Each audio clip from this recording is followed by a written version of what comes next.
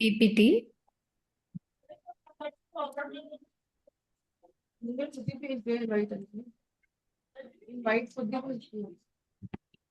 So hope my PPT is visible. भेजा हुआ है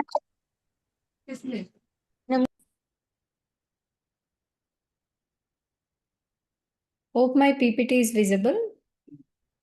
Yes, ma'am. Okay, thank you. So, good evening, everyone. So, I welcome you all to this post-lunch session. So, we have taken what are the this is a series of sessions we are having. So, first session I have taken on the CRP issues during the process. So, now we will be taking up the topic of plan implementation post CIRP. What are the provisions as per the IBC code, and what are the practical issues, what are the practical challenges, and how the jurisprudence has evolved in the plan implementation during CIRP process.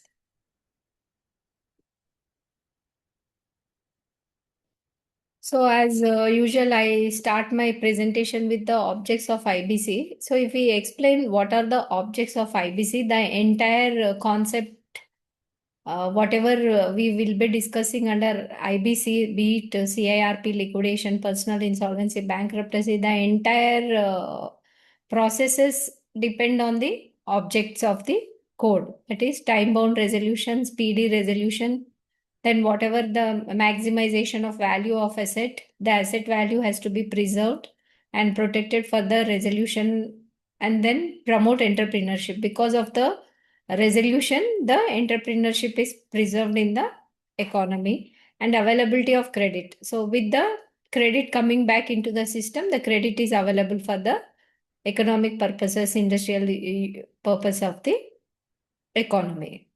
Then balance interest of all stakeholders. That means when the company is under stress, the interest of many stakeholders are affected, like financial creditors, operational creditors, or statutory authorities, employees.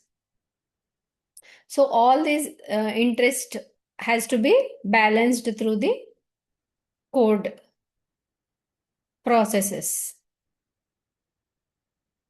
So when we are discussing about today's topic, that is post implementation implementation of the plan. So when we are discussing about the implementation of the plan, what usually we have to discuss is the base for the implementation of the plan is the resolution plan. So what is resolution plan? We all know that the stress, the once the corporate debtor is admitted into CIRP, the role of IRP or RP is to invite the claims, then collate the claims, form the COC, then prepare base documents like information memorandum, and then float expression of interest, through which the from the market the eligible resolution applicants participate in the process, and they submit a resolution plan through which the stressed asset is again comes back into the system through the resolution process. So when we discuss what is resolution plan, so there is a section 5 subclause 26 which defines resolution plan as a plan proposed by the resolution applicant for the insolvency resolution of the corporate debtor as a going concern.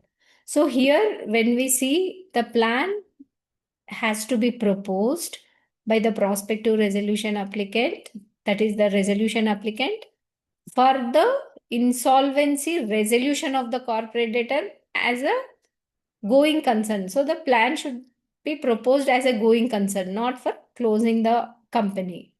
So the plan should provide for the revival and restructuring of the company. So as we all know, the purpose is for the CRPs, restructuring and revival of the corporate debtor. So through this resolution plan, new life will pump into the stressed corporate debtor.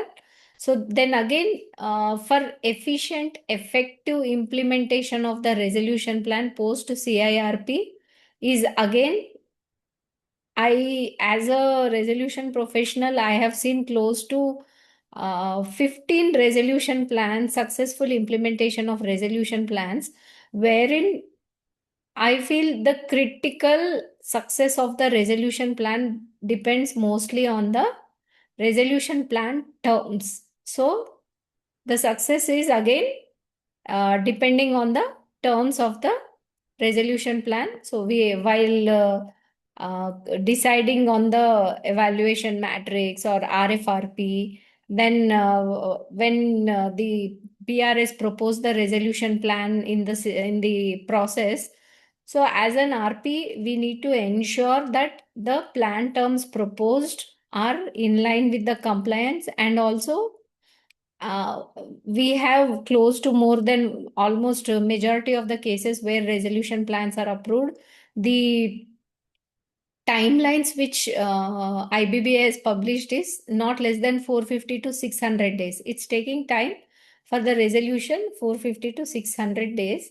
So even if it is a medium company, medium sized company, the uh, process is taking considering all the factors, the resolution plan approval is taking not less than 400 days. So by then, as an RP and also as a COC, we understand exactly the how CD functions and what is the kind of resolution plan required for the revival of the company. So hence, I suggest that resolution plan proposed has to be properly reviewed by both the RP and the COC, and RP plays a very critical, crucial role in the evaluation or in the suggesting the recommendations to the COC on the resolution plan, also coordinating with the prospective resolution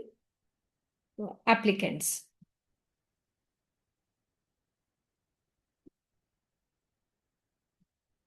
So as we see, the prospective resolution applicant prepares the resolution plan based on the information memorandum which RP prepares and shares with the prospective resolution applicant. So when we are preparing the information memorandum, all the relevant information about the corporate data has to be made available, which will again help the resolution applicants to prepare and formulate the plan.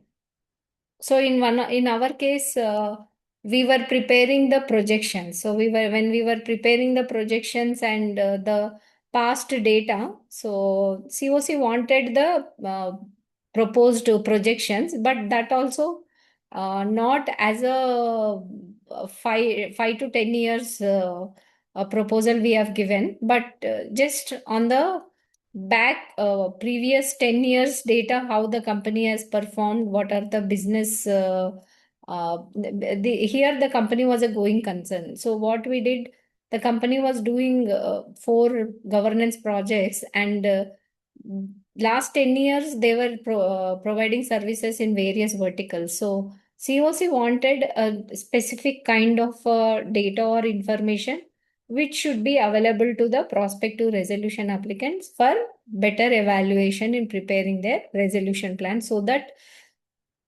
even the future projections were discussed with the management, and we were able to provide some kind of projections in the information memorandum.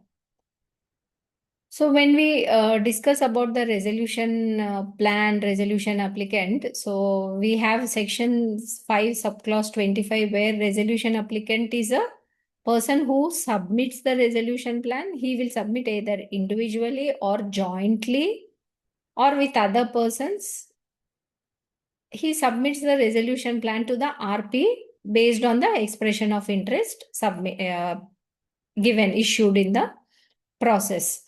So here again, the resolution applicant will undertake to provide the compliance of all the provisions, and he has to maintain the confidentiality to uh, he has to maintain the confidentiality while submitting the plan, and he is not supposed to share any relevant information with any other third party. So please ensure that when you are sharing all the data of the corporate data to the resolution applicant, you have to take a confidentiality declaration from the RA regarding the information data shared that they will not share with any other third party. So here, section 29 again it defines what is the relevant information. So here, not only the information, but again the relevant information required by the resolution applicant to prepare the resolution plan also you need to provide. So here the relevant information, maybe SRS will keep on asking they need this information and XYZ information. So if you feel that it is relevant for preparing the resolution plan, then you need to provide this information about the corporate data.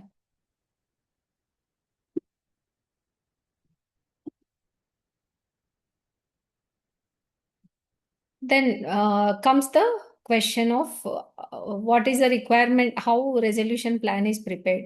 Next comes the examination of resolution plan. So as a RP, I am implementing a large size company going concern implementation of resolution plan.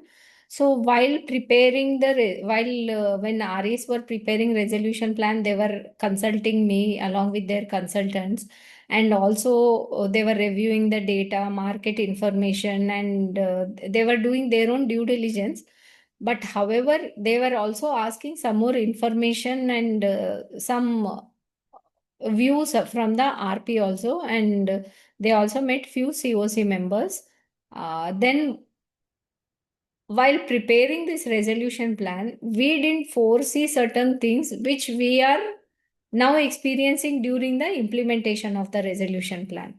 So I would like to share such practical examples so that it can be on a cautious note, helpful to all the participants or members here. So when a resolution plan is prepared, you have to read each and every term and try to understand what kind of impact it is going to have during the implementation of the plan.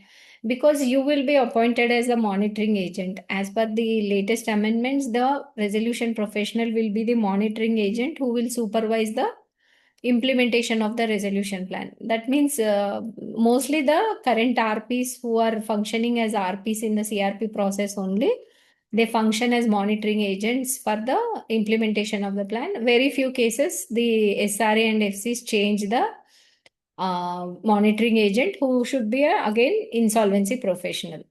So when during implementation of the plan, while preparation of the resolution plan, you will most of the times RAs will involve RPs, and you have to discuss with COC, and you will be like a bridge.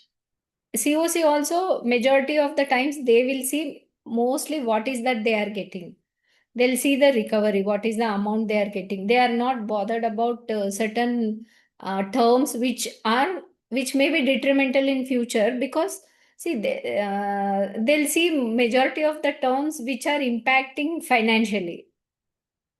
So COC will review exactly what are their requirements in getting the recovery from that plan.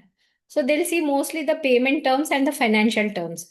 But however, I suggest, being RP and who is going to be part of monitoring committee, it is always advisable you read all the resolution plan terms thoroughly and try to assess what kind of impact it is going to have during the implementation of the plan. So here, what is the duty of RP as per section 30 is you have to examine that each plan received by you, whether that plan provides for the CRP cost. So if suppose sometimes in one of our plan, the RA was proposing up to the cutoff date of CIRP submission of plan to AA, they have the proper, up to the submission of the plan, they have a proper CRP cost numbers. Whereas while submitting the plan, we will give estimates to RA also. we'll mention that CRP is going to continue maybe another 3 months because NCLTs are taking sometimes 6 months, sometimes 3 months, sometimes it may get resolved within 2 months also. And sometimes more, they are extending beyond 9 months, 12 months. So what we do is we'll give the estimated proposed CRP cost which is going to be incurred.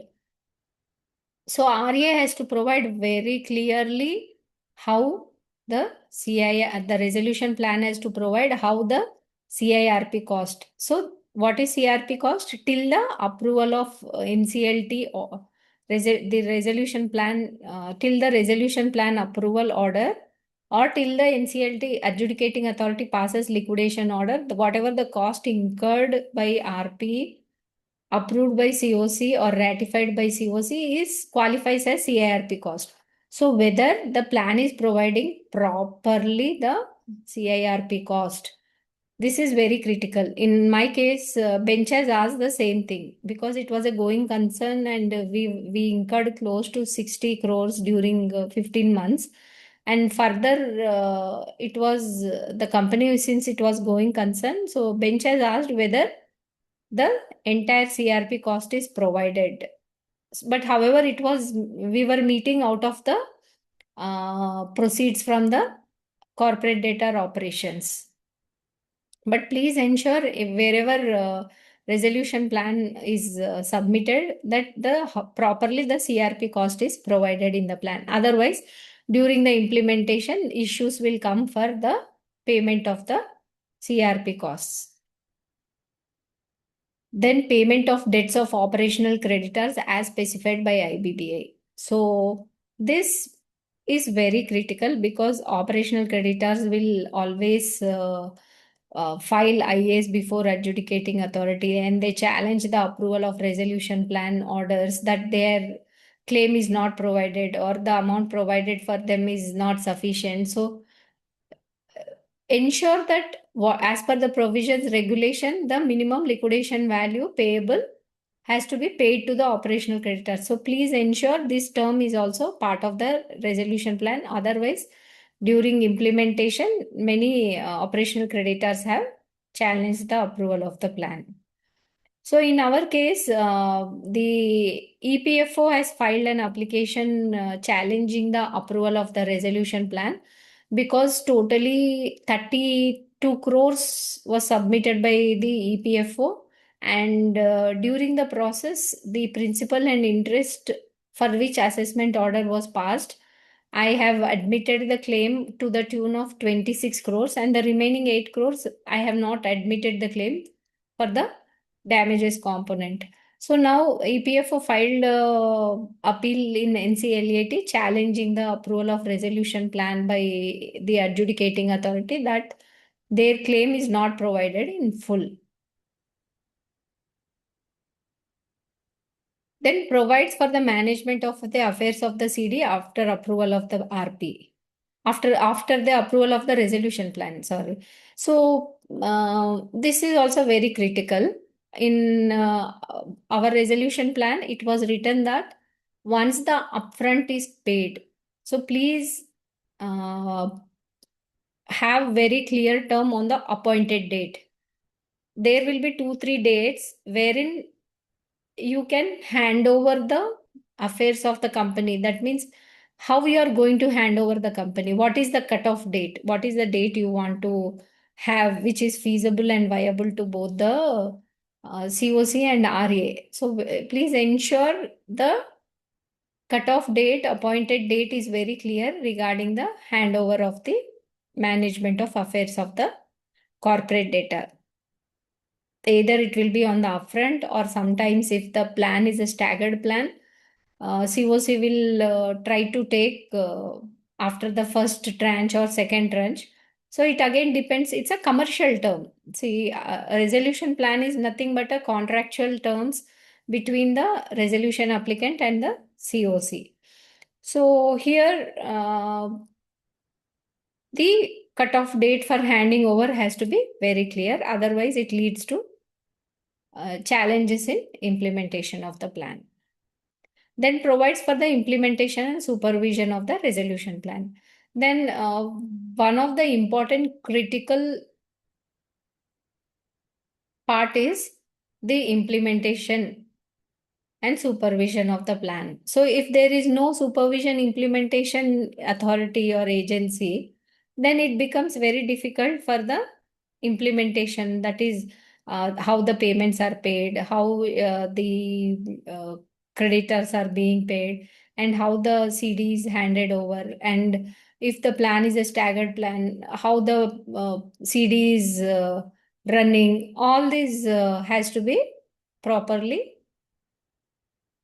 provided in the resolution plan terms. Otherwise, it will be a challenge again. So, as per the latest amendments, the monitoring committee has to be constituted with the representatives of the financial creditors, SRA, and the current RP will be the monitoring agent who will become the chairman, or otherwise, they can nominate an insolvency professional who will be the monitoring agent.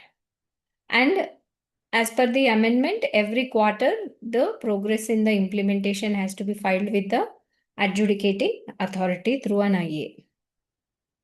Then again, the resolution plan does not contravene any of the provisions of the law for the time being in force.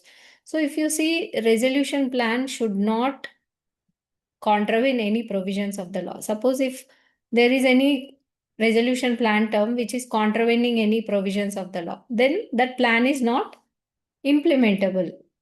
So that plan can be challenged. So we'll see the case laws regarding all this. Then conforms to such other requirements as may be specified by the board. So regularly, board keeps on giving some other requirements which has to be complied. Like recently we have seen, wherever there is an ED attachment, the RP has to file a declaration before the special court, and the attached assets has to be used for the beneficial of the creditors. So those declarations now is also part of the resolution plan. And one important thing is, in resolution plan, how the proceeds of avoidance transactions. So suppose RP files a avoidance application, preferential, undervalued, or fraudulent extortionate transactions recovery. So how the proceeds will be distributed? Who will pursue the avoidance application? And how the proceeds will be distributed? Sometimes the plan terms provide that SRA will get the recovery, whatever, or otherwise financial creditors will get the recovery. So who will pursue and how the proceeds had to be distributed. And one more important for a going concerns is waivers and concessions. This is an important chapter which has to be carefully crafted and carefully uh, put in the resolution plan. Again, NCLTs, majority of the NCLTs are not giving whatever waivers we are seeking. They are also providing certain blanket waivers and concessions, which are like Companies Act, and again taking the benefits of the carry forward losses, etc. But sometimes some corporate debtors are so specific to run the going concern. Sometimes some waivers or concessions are required. In our case, what has happened? The company was running governance projects, and the performance bank guarantee and bidding conditions with the government projects is very strict. So since this company came under CIRP, the SRA has asked for a different kind of waivers and concessions from the for the bidding process, which again NCLT has asked not to provide in the plan, but all they have asked to file a separate IA. So this is now before the adjudicating authority for the waivers and concessions.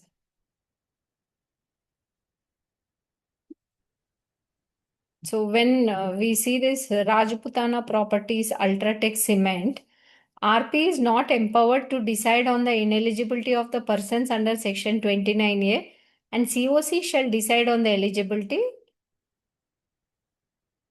Then again, in ArcelorMittal also, the Supreme Court has held RP is not empowered to decide on the validity of the resolution plan, but provide his prima facie opinion regarding the RP resolution plan to COC.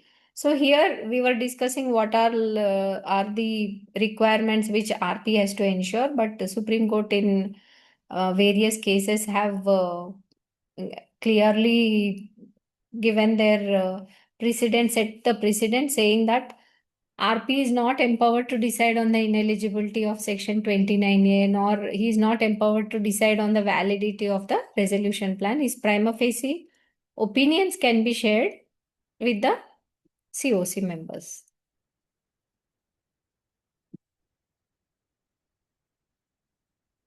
So, with these basic things discussed, we'll go to what is the implementation of plan and what are its features. So, resolution plan implementation is again a time-bound execution of approved resolution plan. So, as we all know, that resolution plan clearly provides the term of implementation. That means how the payments are made. Sometimes the from the NCLT order within 30 days, sometimes 60 days, sometimes the SRA provides 90 days or 6 months. And for large companies, it can be 2 years or 3 years. So those resolution plan implementation, what are the time bound, how it has to be executed. So what happens during this entire implementation phase is immediately MCA will be informed by filing INC 28. Then the SRA will try to take over the management, will take the control by paying the creditors upfront or maybe in staggered payments. Then whatever are the plan terms, that has to be complied. Then once the resolution plan is approved, it is again binding on all the stakeholders, including the government authorities. So here the NCLT order clearly says that it is the duty and responsibility of SRA to get the necessary approvals wherever required. So those also need to be during the implementation period, that whatever approvals required has to be obtained by SRA only. They have to secure. Then when the resolution plan is structured, they again provide what is the implementation schedule, how the management control happens, how the CRP costs will be paid, how creditors will be paid, dissenting FCs. Then dissenting FCs has to be paid priority. Then how the monitoring committee will function. So usually what happens at the first monitoring committee these days, the monitoring committee is forming a charter as per the approved terms of the resolution plan. And in majority of the cases, they are also, if it is a staggered pay, plan, they are also executing definitive agreements. So in our case, definitive agreements are entered by the creditors and the SRA for till the security interest is till the last tranche of payment. That is, the plan is around 24 months. Just give me a minute. I have a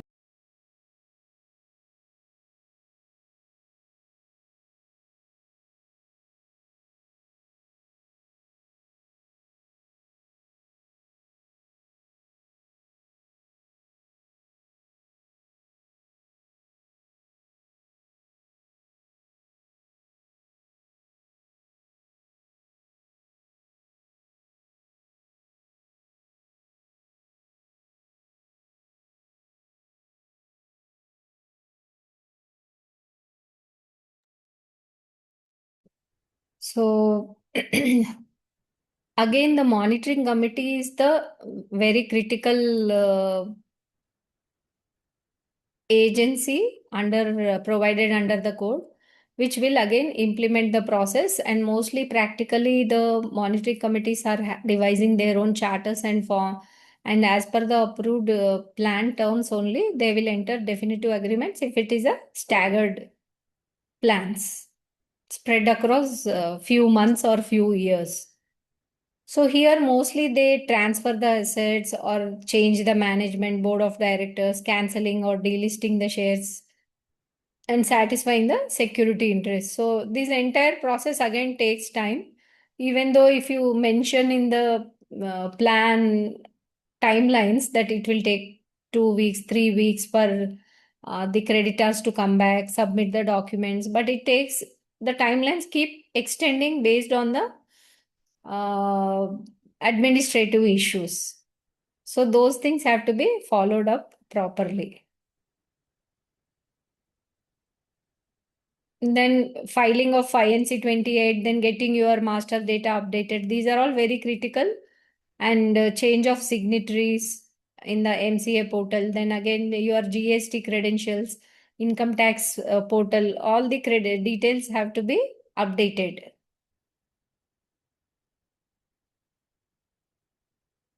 So mostly the delays happen due to mostly the SRS not providing the payment for the payment terms.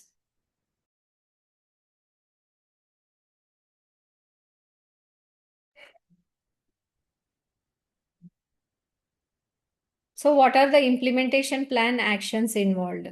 So usually it is transfer of assets, change of management, or satisfying security interest. Then why there is a delay risks. So the delay is again in implementation is for the payment term. So hence mostly as an RP, what COC and RPC is in the evaluation matrix, they try to assess the credibility of the SRA, whether they will be able to make the payments. So they'll take the certificate while submitting the plan, that is source of funds, from where the SRA is raising the funds, or how is he providing. Are there any source from where they are getting these funds, and whether they are in the similar line of industry. So all these things the COC and RP assess. But again, even though they provide all the information during the resolution plan about the source of funds, etc., most of the times there is a delay in implementation of process, because of which some plans have gone for non-implementation and liquidation was ordered.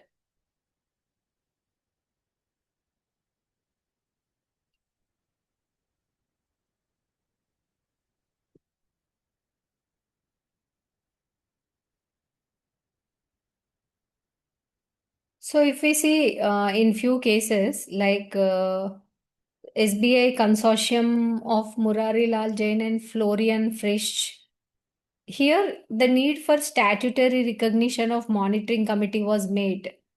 So there was no statutory requirement of monitoring committee, but however, in Jet Airways, the Supreme Court has recommended regarding the constitution and functioning of the monitoring committee.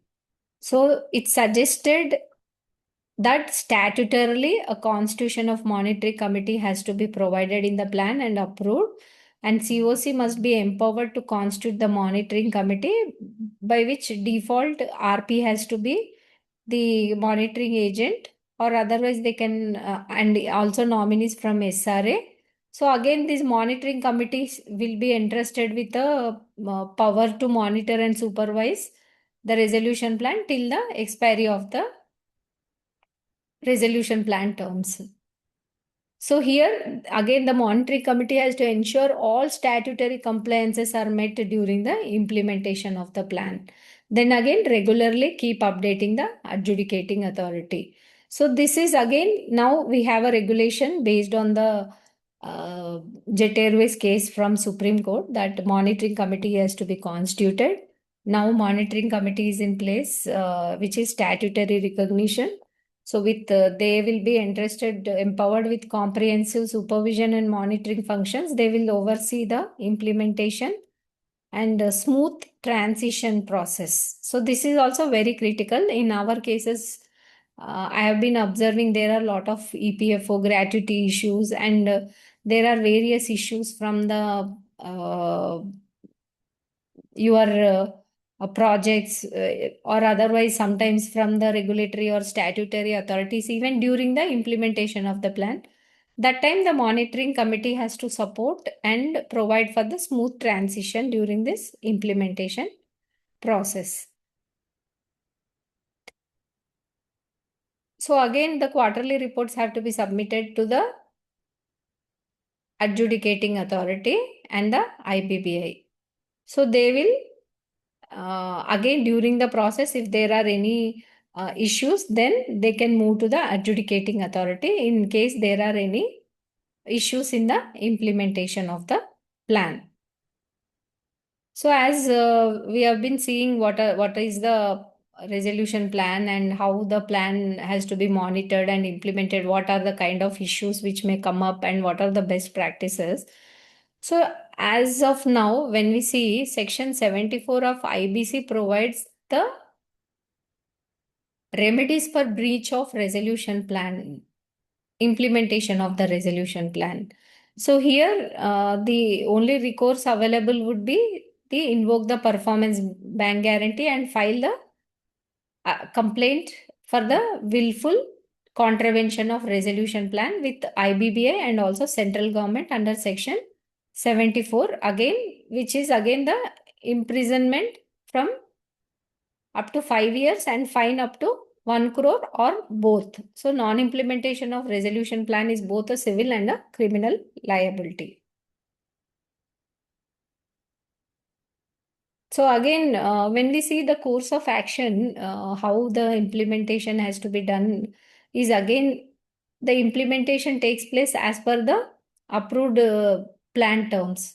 So it's again a series of execution of various contracts with the creditors, SRA, then again compliances, integration activities, then again uh, sometimes the company wants to claim the benefits of carry forward losses. So entire these things and moreover sometimes there will be recovery of receivables and where during the process majority of the recovery doesn't happen because even the persons, the debtors who are supposed to pay, they also express their apprehensions. So during this implementation phase, even SRA will have issues regarding the recovery of receivables or running the process integration.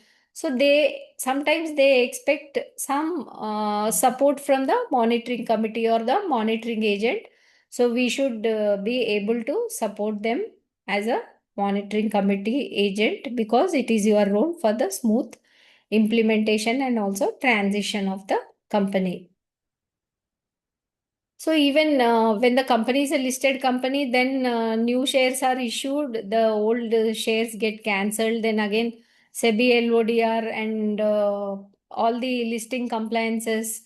Although you have waiver of few conditions, but again listing of the new shares, all these compliances formalities take a lot of time.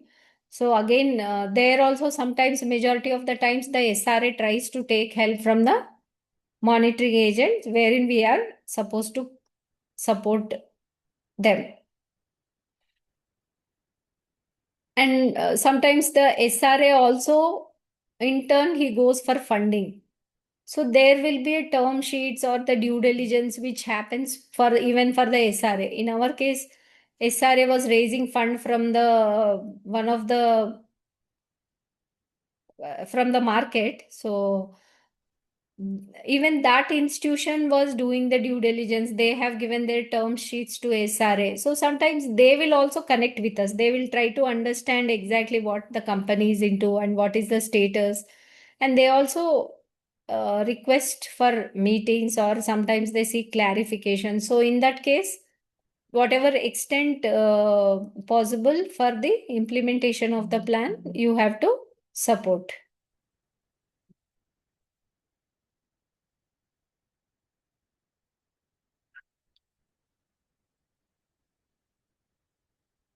So in the NCLAT, in Kundan Care products, it is held that NCLT has no jurisdiction to allow the resolution applicant to withdraw the successfully approved resolution plan.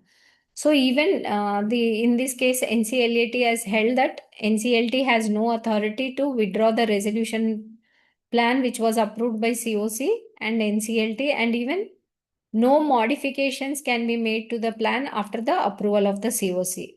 So even the plan was found to be unviable and unfit for the implementation, but however, SRA cannot withdraw once the plan is approved. So here, in this judgment, the EBIC Singapore case was the principle which was followed, where Supreme Court has granted an ad interim stay. The precedent was set for the rigid and draconian nature for implementation of the plan, that there is no choice to resolution applicant, but they have to implement.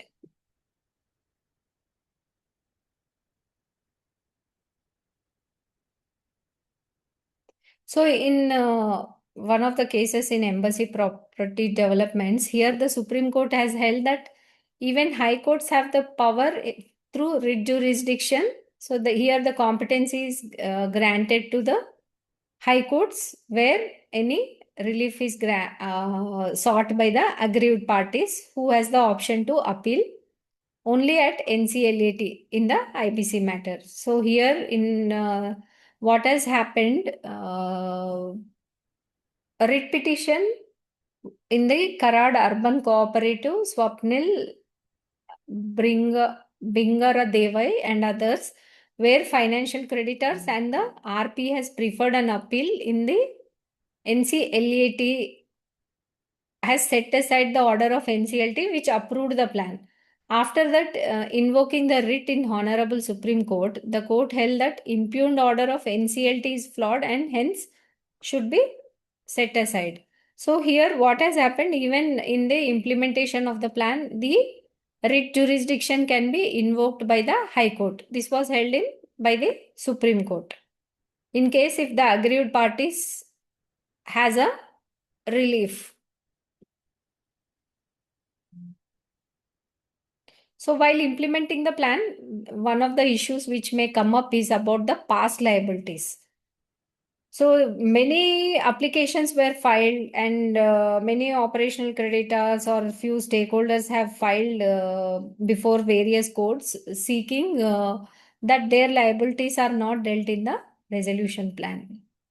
But Supreme Court has put a check and full stop on this through SR Steel case, wherein they held that the past liabilities are like Hydra head popping up. So these are all past liabilities are invalid after the approval of resolution plan. So again, the SR judgment has held that the resolution plan is binding on all parties, including the government, and all the past liabilities of corporate debtor are discharged after the approval of the plan. And whatever liabilities are not dealt in the claims, not dealt through the list in the list of creditors, and which are unclaimed, they are released from the clutches of the corporate debtor, and the SRA is not liable for the past liabilities. So undecided claims after the approval of the plan, they cannot be entertained. Then again, the past liabilities and pending litigations also causes delay in the implementation of the plan. So if you see, NCLT takes time for approval of the plan approved by COC. But again, after the approval of COC also, many intervening applications are filed. So these applications are only filed to stop the implementation process. So again, if you see, NCLT takes time to approve the plan, but again, however, after the approval, if even applications are filed by third parties, sometimes the resolution plans are put on hold without implementing. So mostly here, operational creditors often file applications demanding the amount to be involved. But again, even sometimes even financial creditors also litigate because of the distribution issues.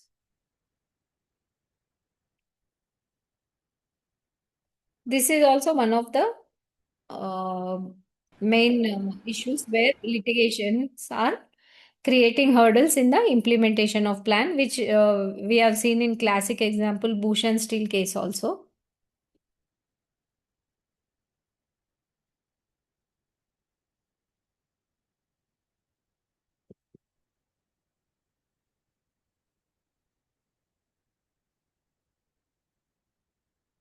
And sometimes there are frivolous bids which are submitted by the resolution applicants.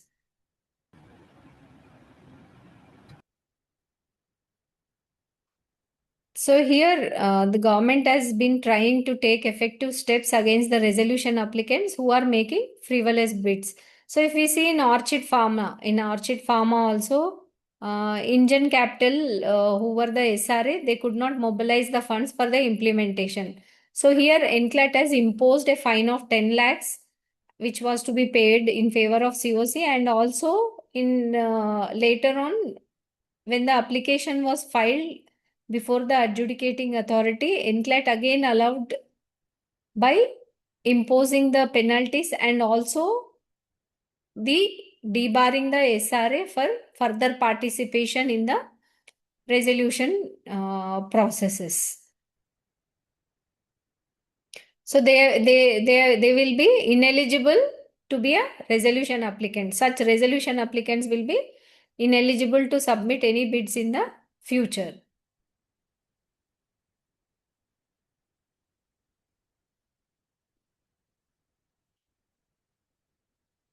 So here, when we see in the JSW case, the plan implementation, what are the challenges?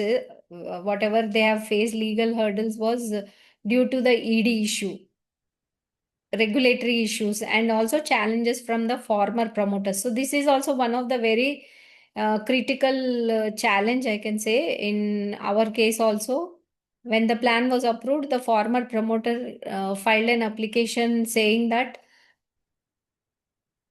the resolution plan approval is not as per the provisions of IBC because he was not invited to the committee of creditors meeting. So he was as per the MCA site, he was the director in the MCA, and also he was director in the register of members, and everywhere it was recorded that he was the director. But however, I found a SEBI order which said that the specific person was restrained from being a director on any financial or SEBI registered intermediaries. So if you see the corporate data where I was appointed as RP, it was a registered entity with SEBI. So he was restrained from being a director any of the SEBI registered entity. So that's why I didn't call him to the COC meetings. So he challenged the approval of resolution plan, saying that the entire process was not run properly, and COC meetings he was not invited. So like this, former promoters keep challenging the approval of resolution plans. We have seen in many cases, even in Bhushan Steel also, former promoters have challenged the approval of resolution plan, which again creates legal hurdles in the implementation of the plans. There will be delays. So because of the in a few cases wherever there was enforcement directorate attachment of the assets, that cases there were a lot of issues. There were delays in the plan approvals. There were delays because the ED used to implead into the resolution plan applications, or sometimes after the approval of the plan they used to challenge the approval of the plan. So all those now put to check now. With the amendment, now IBB has brought in that wherever there are ED attachments, immediately on the admission, now the RP has to move an application before special court, submitting an undertaking that the assets will be utilized for the benefit of the creditors. So now the process is available for the assets where there is a ED attachment. So earlier there were a lot of impediments because of the ED issues.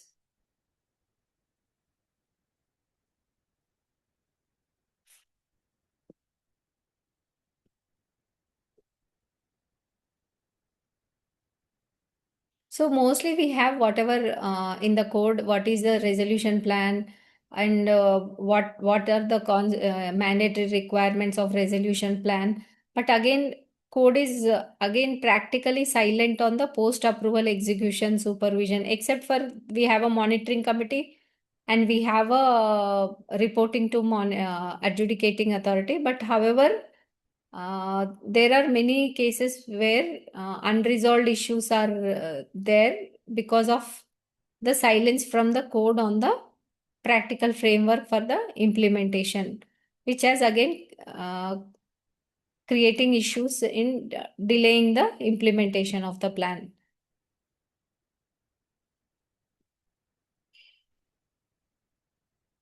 So, as we have been discussing, what are the practical implementation challenges? But again, regarding the asset possession, so sometimes what happens, the assets will be in possession of some other person.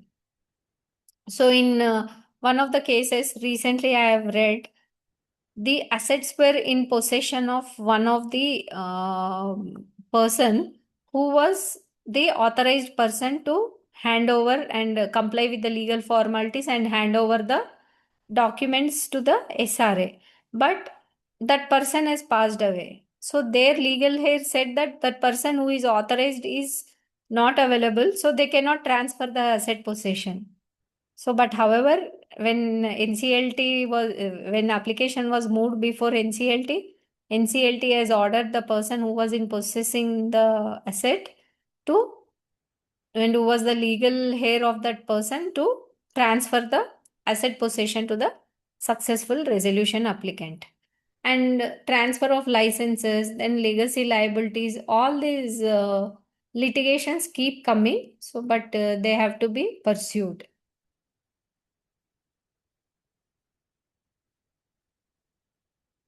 And sometimes payment to the operational transitions and even pursuing the litigations and even getting the regulatory clearances, as I was discussing about the waivers and concessions. So these all take a lot of time for SRA also to pursue, and this is creating again the implementation issues.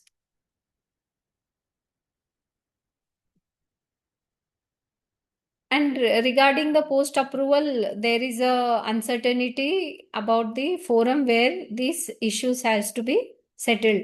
And sometimes adjudicating authorities take up, and sometimes they say that they don't have any jurisdiction to take up that issue, and they'll ask the SRA or the monitoring agent to go to the appropriate courts, where again it creates delays in the implementation of the plan.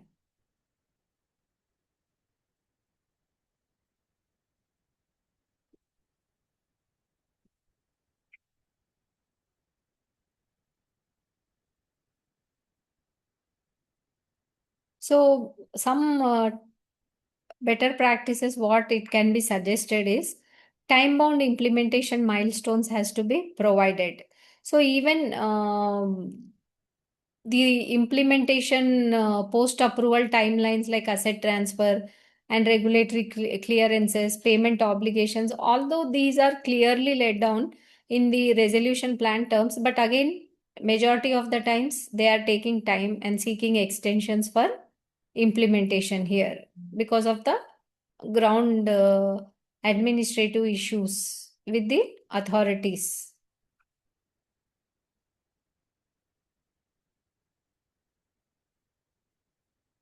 So for large value resolution plans, escrow account should be utilized, monitored by creditors for timely fund deployment. So mostly in the implementation of the plan, larger cases, it is suggested to have an escrow linked control on the during the implementation phase. So in our case also, I am operating a escrow linked account where till the implementation of the plan, that account will be in existence. So, as we have been discussing, one of the issues was again delay in fund infusion.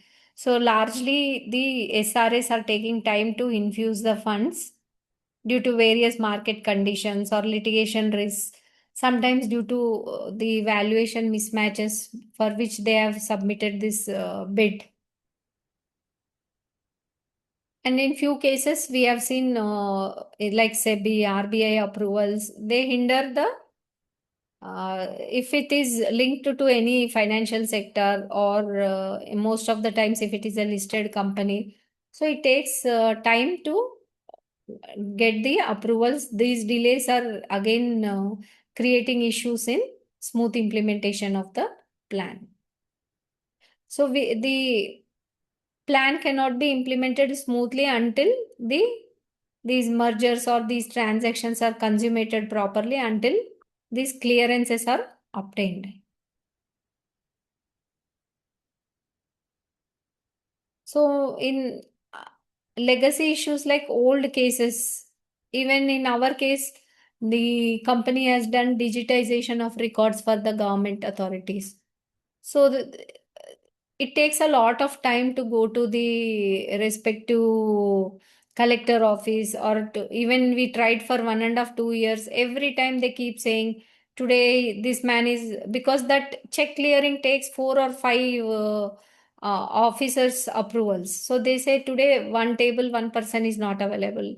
Then next time the other person is not available. Like that, it took close to 14 to 15 months to get the monies from the government authorities. So, like that, even getting the approvals, or maybe for even operations, for running operations, if vendors have to be paid, they don't support, because for operational creditors, whatever is their claim, they will be paid a very minimum. So there'll be disruptions. They don't support. They don't cooperate. So because of which there will be disruptions in the operations. And again, non-cooperation by promoters or key managerial persons. So again, this obstruction also is creating issues. They file appeals and they don't provide support in transition.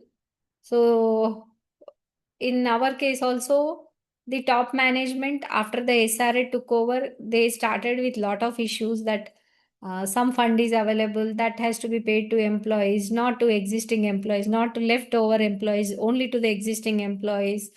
Like that, they keep managing, or they keep controlling after the implementation, during the implementation of the plan. So it creates some disruptions in the operations. Then again, for the SRA, it becomes issue.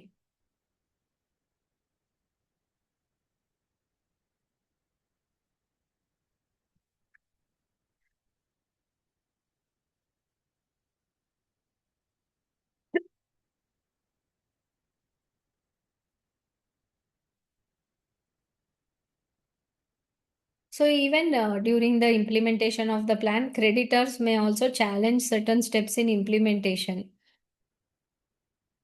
So there could be some ambiguity in the implementation of the plan. Sometimes lower recoveries to creditors, they will also challenge. And sometimes SRA does not give proper timelines for implementation or payment terms as planned in the resolution plan. So all this create uncertainty, and timely execution of resolution plans are hindered, because of which even make creditors may also litigate the implementation of the plan. So this is one of the important cases where I wanted to discuss. This is called Thaguna. Sorry.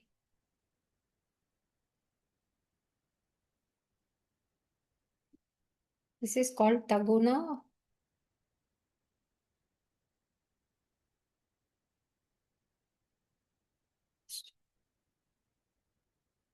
Taguda PTE Limited. This is in the matter of Shitev Subodh Kumar Agarwal versus Taguda PTE Limited and SBI Ushdev International Limited. This is an NCLT Mumbai bench case. Here, NCLT observed that despite approval of the revised resolution plans, the resolution plan was approved in 2022, again modified by NCLAT. The same was remained unimplemented for over 3 years due to SRA's failure to obtain necessary regulatory approvals and funds from the foreign investors. In this case, what has happened? SRA did not get the regulatory approvals and foreign investor fundings.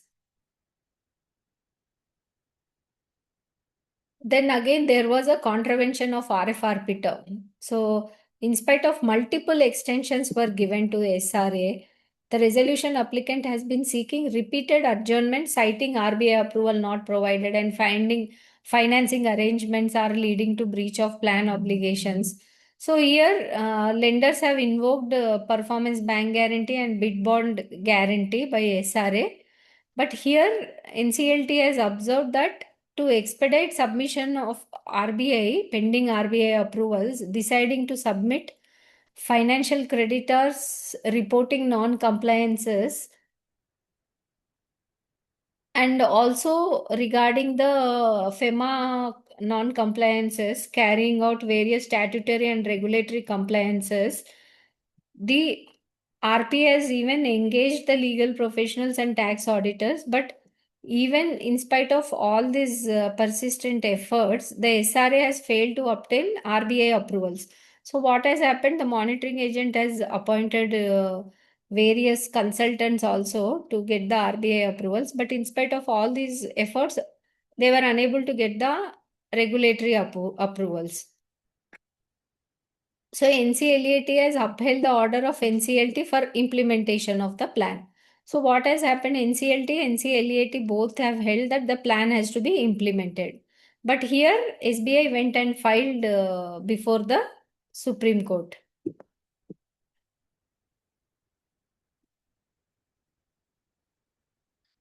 So in this case, what has happened? The appeal was filed, then this was dismissed. Then again, it took more than 3.5 4 years, and the issues kept on continuing non-implementation of the resolution plan. So again, it was ordered for the liquidation of the corporate debtor. So again, the court has sent back the matter to NCLT for passing a liquidation order. And liquidation order was passed in this matter. So in we have been discussing what are the issues and what are the challenges and how the jurisprudence is evolving on the implementation of the plan. But however, if plan is not implemented, the recourse available is again liquidation of the corporate debtor and also invocation of the performance bank guarantee, which the given for the along with the resolution plan. Then the SRA can be pursued under section 74 for civil and criminal liabilities, that is imprisonment 1 to 5 years and fine from 1 lakh to 1 crore.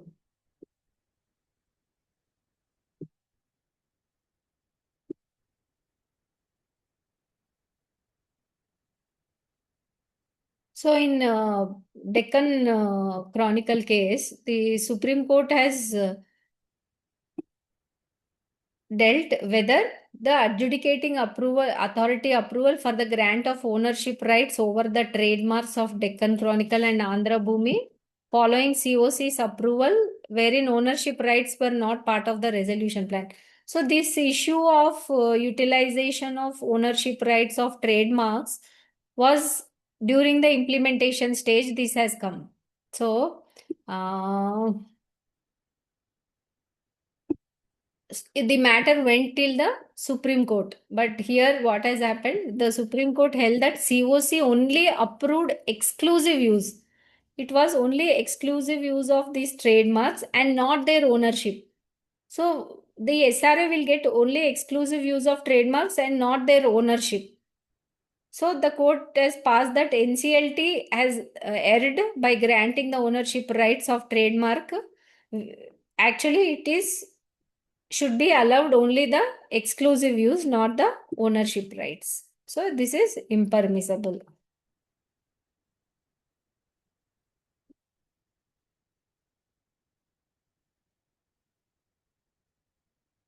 So there are various cases wherein Supreme Court has held that even under Rule 11 or whatever Section 31 for the rectification or change of the resolution approved resolution plan modified terms, all those are not the powers of NCLT and it is not the inherent powers of NCLT.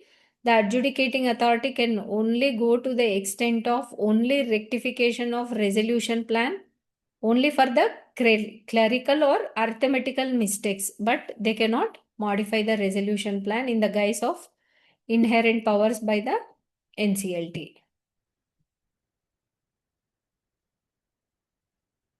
So I want to share few of my experiences, even while the plan is being prepared and even the implementation stage. So when we are formulating the evaluation matrix and when we are preparing an RFRP, we have to be very, very clear and specific about the kind of CD. So you can't go and copy paste the evaluation matrix of a real estate company or a manufacturing company to a different project, governance project, or even to a FMCG company. So you have to ensure that you have a proper evaluation matrix RFRP to assess and to have the terms for the resolution plan, and the RFRP has to be very clear. Suppose company is a going concern and it has it has a revenue of good money, then in that case creditors want the recovery of that money to be paid into their accounts. But however, SRA also wants the money to come to them, to the corporate debtor. So in that case a cutoff date has to be decided in the RFRP itself, that how the revenue generated during the CIRP process will be paid until what the cutoff date is. This is again very critical so that in the implementation there are no implementation issues or delays. So due diligence of the plan is very critical. Even you are the resolution professional. 1 minute, give me a minute.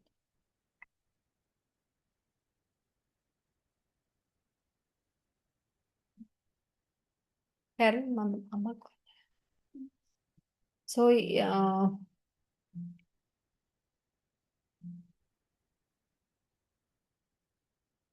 so you have to ensure that RFRP is prepared properly, and due diligence is conducted on the terms of the resolution plan. And being a RP, you will understand if the company is a big company, going concern company, then you will be able to assess what the future issues going to be. And majority of the times I have observed in a bulk document of resolution plan, the RAs, they try to put some kind of terms which are in commercial nature and which is going to impact. In our case, what has happened, the company was having various offices across India, and the security deposit was collected from the for the facilitation centers. So those secure, even till now, the till date, those facilitation centers are running. Whereas the company did not have the security deposit, was to the tune of 3.5 crores. That security deposit collected by the company is not in the account because the company was not, it was stressed asset. Even the company has withdrawn all the security deposit money and they have utilized. So SRA has cleverly in the last moment in the resolution plan additional few changes which COC suggested. In that, in one line they have put that the whatever surplus calculation will be computed on cutoff date from the operations, the creditors have to pay that to the tune of security deposit amount to the SRA. So that one line no one noticed, because just before one day when the resolution plan was put up to the voting, only they were supposed to give 4 or 5 changes. In that, somewhere in very small line they have inserted and they have put. When surplus was being computed, that time the COC recovery has reduced, COC receivables from the operations reduced by 3.5 crores.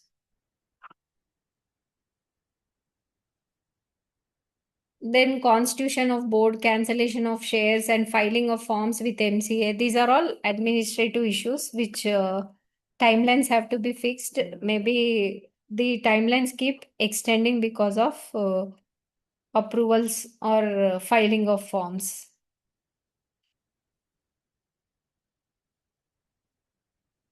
So even for claiming the continued brought forward losses, carry forward losses, the applications before the adjudicating authorities, before the tax authorities, these all take time, and even the SRA pursues all this. It sometimes the tax authorities they cooperate, and sometimes they don't cooperate because of for this benefit.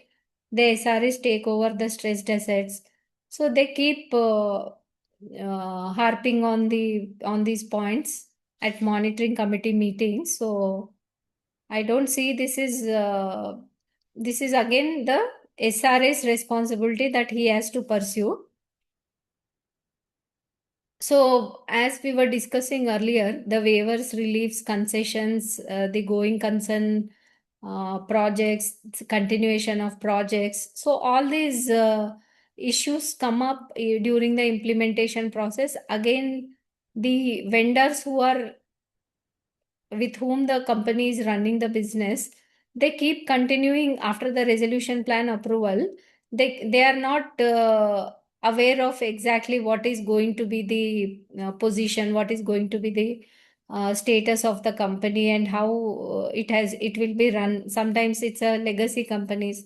The promoters are there for more than 40-50 years, and with the new management coming in, and the market has no confidence, and sometimes the regulators, so all the local market forces, so they keep they have to be updated about the process so that they support.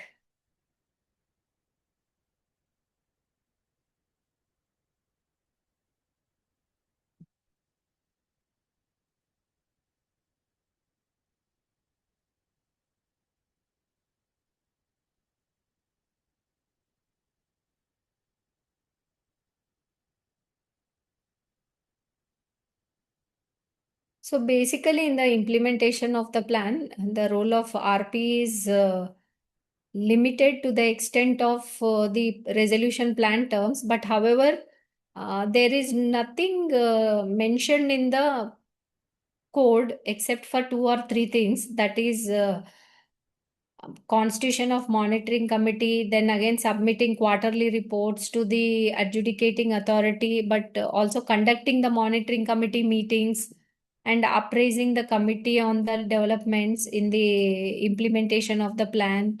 Also, the success of implementation of the plan depends mostly on the resolution plan terms.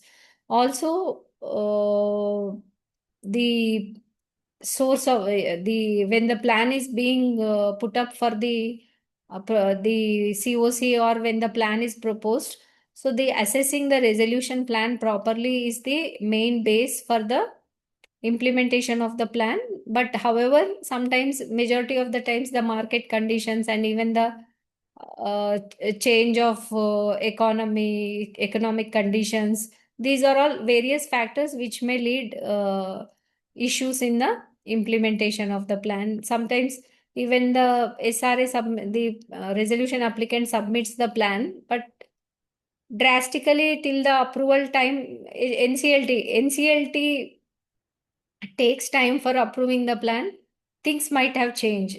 So SRAs have a different kind of approach. So when they submit the plan, and while implementing, the entire tone and tenor changes. So this I have observed in few cases, but except land bank, wherever there is a land bank asset, their implementation is very smooth. But where there are issues, many issues from market, there due to change in market conditions, the implementation of plans become very critical, and it's not a smooth transition during the implementation of the plan, except If the plan is less than 30 to 90 days, then that is fine. But sometimes it's a staggered plan.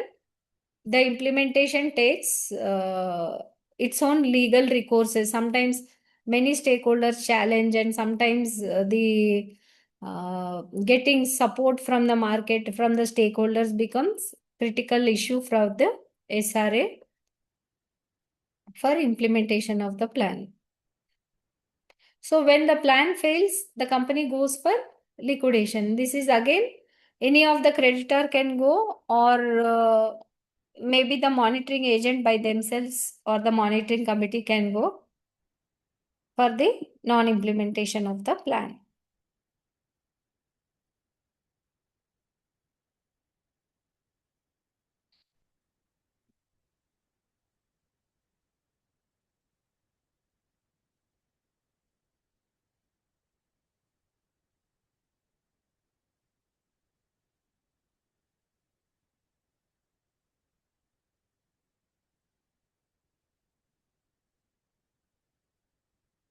So anyone wants to share? I have shared few thoughts on the implementation of the resolution plan. Anyone wants to share their experience regarding the implementation of the resolution plan? Whatever issues they have been facing, or how you are implementing a plan, or any experience from your colleagues or your office.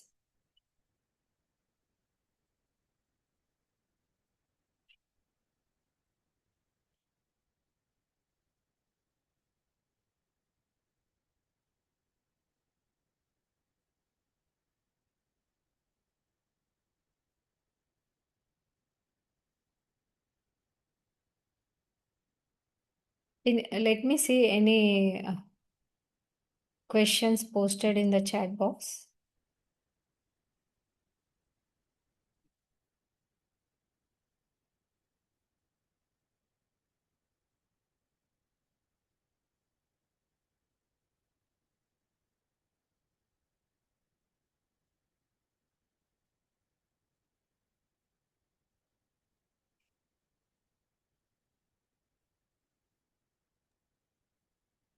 So anyone wants to share about their experience in the resolution plan implementation? Excuse me, ma'am. I am Manoj Sehgal. Yes, Yeah, sir. I have good afternoon. I have one question. What should be the treatment of PF and ESI claims in the resolution plan? Whether the entire liability, employer employee contribution, penalty, damages should be provided, or what is the practice currently followed by in this resolution plan? Uh, Sir, when it comes to ESIC, yes, the entire amount submitted by the claim has to be provided in the resolution plan. Okay. And even for the EPFO, through the Jet Airways case, it is clearly established precedent by the Supreme Court that all the payment of interest, the principal interest and damages in EPFO has to be provided. But however, please check the claim of EPFO properly, whether the assessment order is passed for such claim which they have submitted. So in my case, what has happened, the EPFO has submitted 32 crores EPFO dues, of which 8 crores were damages. Yeah. And the entire 32 crores, there was only assessment order for 8 crores. There was no assessment orders for the entire 26 crores component. So as per books of accounts, I have verified and found that the principal and interest due was 26 crores. So I have admitted only to the extent of 26 crores, and I have rejected 8 crores, which was part of damages, because there was no assessment order passed by the EPFO. So please ensure that we cannot blindly accept whatever PF submits towards principal, interest and damages. Ensure that whatever they are submitting the claim, ask them if the assessment is order is passed by the respective commissioner. Okay. But what I understand is that this EPFO issue is pending. In many IAs are applications are tagged and is pending at Supreme Court right now. Yes, sir, it is pending. But earlier, after Jet Airways Supreme Court case, many NCLTs have insisted whether the entire claim submitted by PF is admitted. But as market is evolving, things are practically we are seeing. We need to ensure whether the PF authority has passed assessment orders for this entire claim which they have submitted. Okay. Okay. Thank you. Okay, welcome, sir. So, any more questions or anyone wants to share their experience, or otherwise, mostly I have completed my presentation.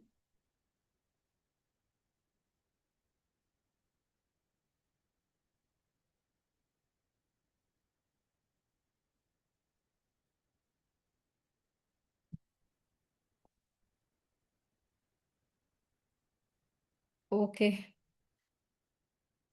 So, I have completed my presentation, Anjali ma'am. Uh, and we also took the queries from the Yes, participants.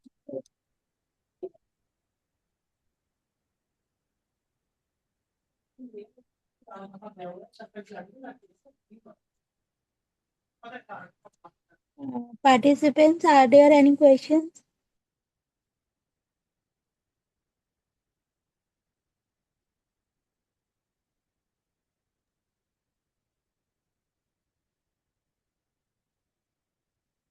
I mean, as far as this monitoring committee, RP role in monitoring committee is concerned, say in the plan says ki the plan will be payment will be made to the all stakeholders within 1 year, but the plan will be completed in 5 years.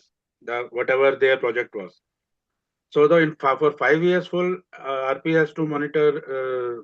RP role is to monitor the uh, monitoring committee and file quarterly progress reports.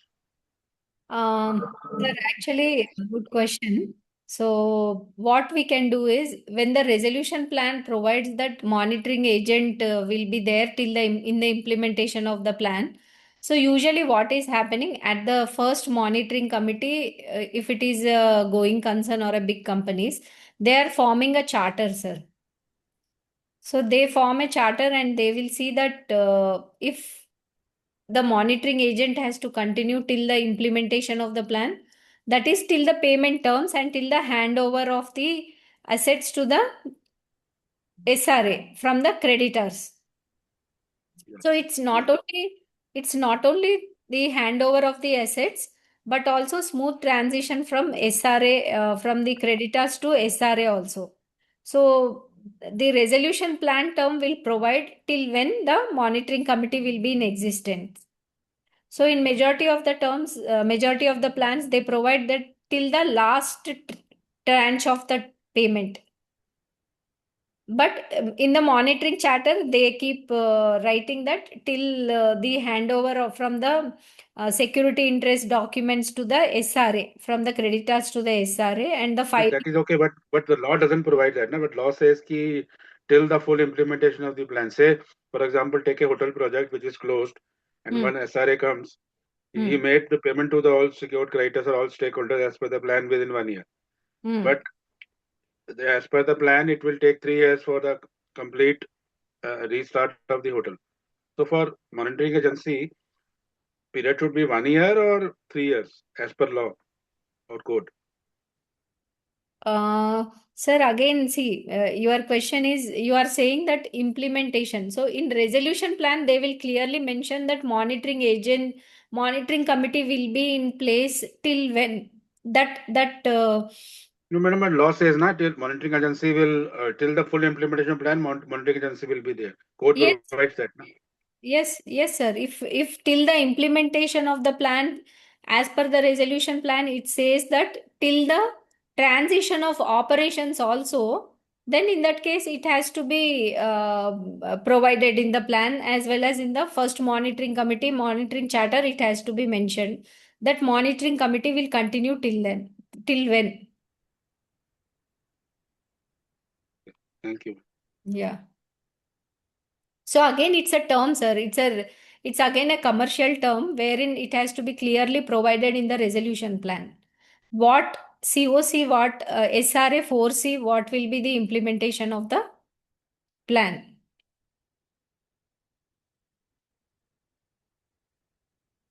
So you want to go through the provision, sir? What is the provision as per the code? Yeah, we can go through that. Yes.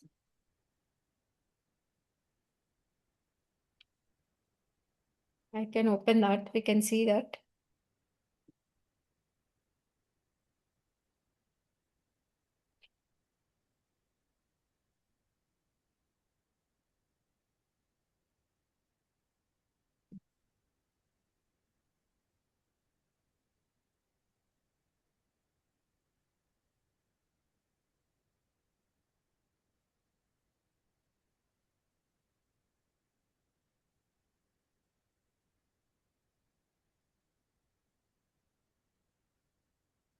So each resolution plan provides till when the monitoring committee will be in place.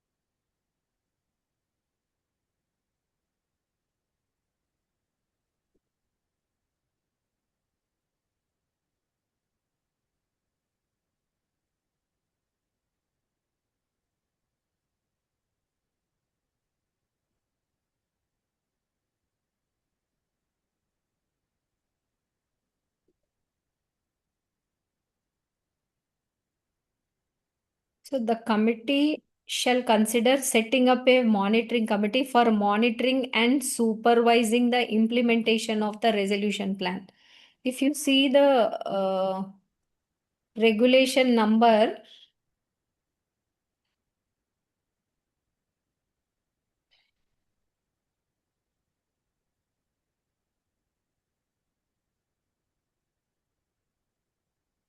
regulation number 38, sir, which says mandatory contents of the resolution plan.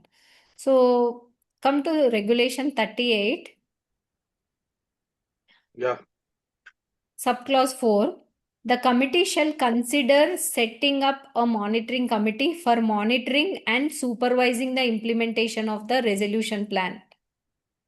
And the monitoring committee may consist of the RP or any other IP or any other persons, including representatives of COC, committee and representatives of RA as its members.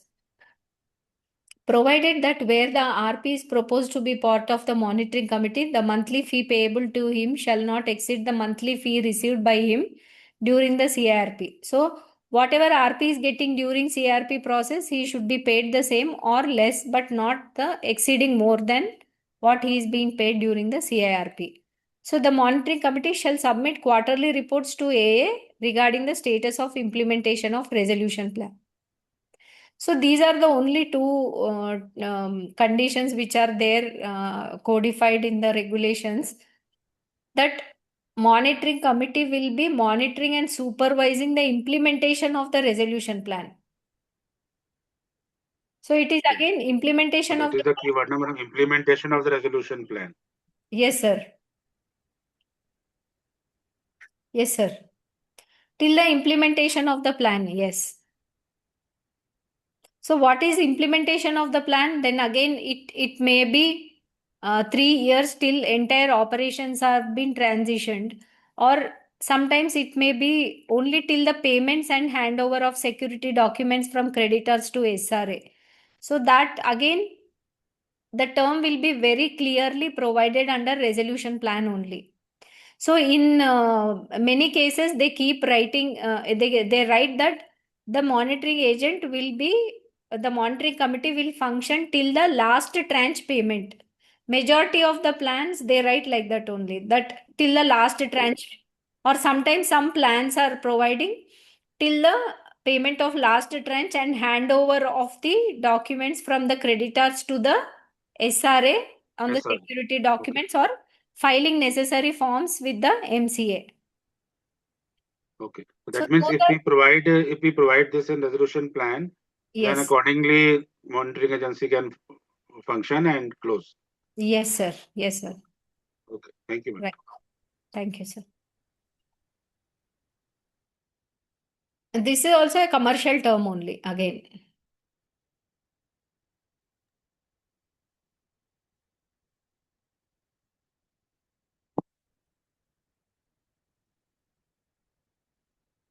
So there's a chat from CS Divan, sir.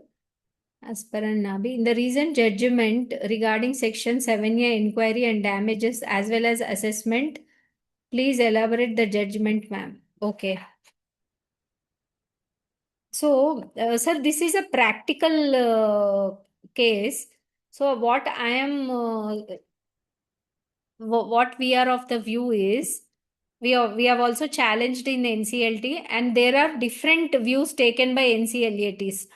So, when the Jet Airways came, that time all NCLT said principal interest damages all have to be provided 100%. But as things started evolving in the market, when practically as an IP we are noticing the claim submitted by EPFO is not based on the assessment order passed.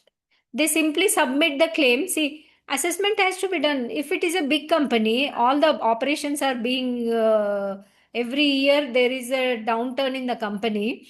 So, what EPFO will do is they will assess based on the previous records available with them. In our company, what has happened when the company was at its peak stage, there were 10,000 employees. Then again, after 4 or 5 years, when the company operations were coming down, there were 3,000, 2,000 employees. When I took over on the CRP day commencement, it was 1,200 employees. So the EPFO simply based on the available records with them, the EPFO, the liability of PF would have been paid by the company some 4 years back. After that, the company was not paying for 3 years the EPFO dues. Now, just based on the available information with them in their office, they will simply submit the claim considering 3,000 employees, 5,000 employees. Whereas in last 3 4 years, what would have happened? Many employees would have left. So if the company's employees leave, the EPFO is supposed to call for the records and pass a assessment order and submit the claim based on the real quantum of liability rather than just assessing whatever based on the previous records available, which is not the right way of doing things logically and correctly. Hope you understand. EPFO department doesn't even submit the claim in the specified form. They just write letter. Yes, yes. So So we are challenging, sir. I am fighting it out. They have never passed any Yes, assessment order. ma'am. Simply submitted. Yes, sir. In my case, EPFO has not submitted the claim, has not submitted even not submitted the claim after initiation of CRP. Sir, Simply they make a assessment and made a claim of rupees 2 crore rupees on the basis of the assessment and 7A inquiry and uh, else. oh, so in your case, they just submitted the claim and they passed They the have not assessment. submitted the claim. They have not submitted the claim. Yes. Sir, if they have not submitted the claim, but it is your duty to assess And it. COC member already, COC member in my case, COC member already rejected the claim before claim has been submitted after the expiry of claim period. Oh, sir, we cannot do like that, sir. Regarding EPFO, then again, when you go for resolution plan approval, NCLT will not appreciate this Hmm. because they are not the creditors of the company. They have priority over and above the creditors. So, as per books of accounts, once the company gets into the CIRP, it is our duty to write to the creditors, issue public announcement, and it is better that respective jurisdictional EPFO office we have to send a intimation that the commencement of CIRP and they have to submit the claim. Or otherwise, as per books of accounts, whatever is the liability of EPFO, we have to consider, sir, in the IM. In my books of account, there is no liability. Excess payment has been done by CD. No Mhm. liability has been reflected in the balance at all. Even Okay. they have not submitted the claim. Only made assessment and inquiry on the basis of estimated balance. Okay. So that means they came late, sir. They came late and they submitted the claim.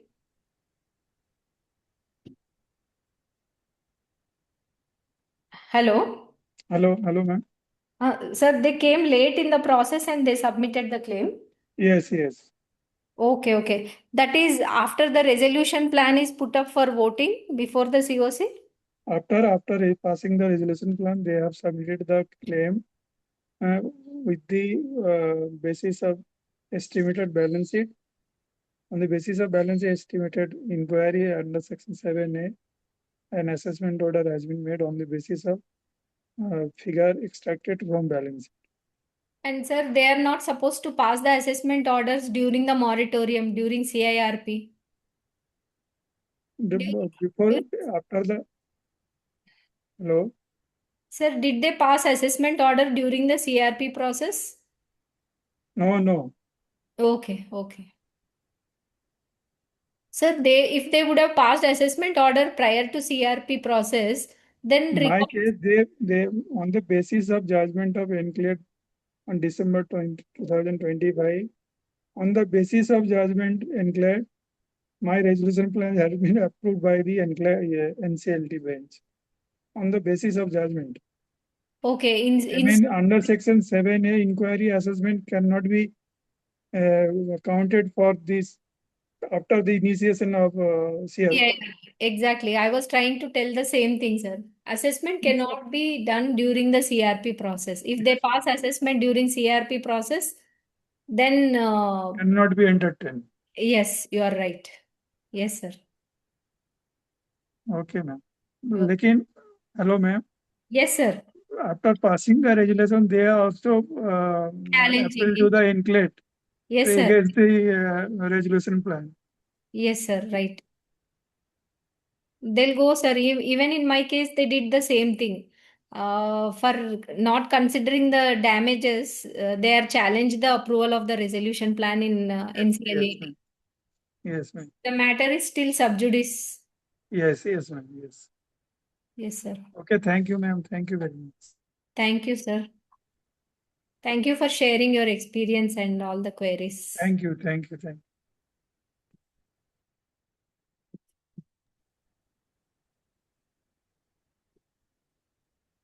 So, ma'am, Anjali ma'am, we have completed the session and also had question and answer sessions and discussion. Shall we conclude now, ma'am? Yes, ma'am. Can. Okay, thank you very much, ma'am, for giving your valuable time and share your vast experience on the topic post CIRP plan implementation. Ma'am, please share the PPT of the session. Yes, ma'am, I'll share. Voice for both the sessions. Yes, ma'am. Thank you. Thank you, everyone. Thank you for Thank you. patience hearing. Thank you.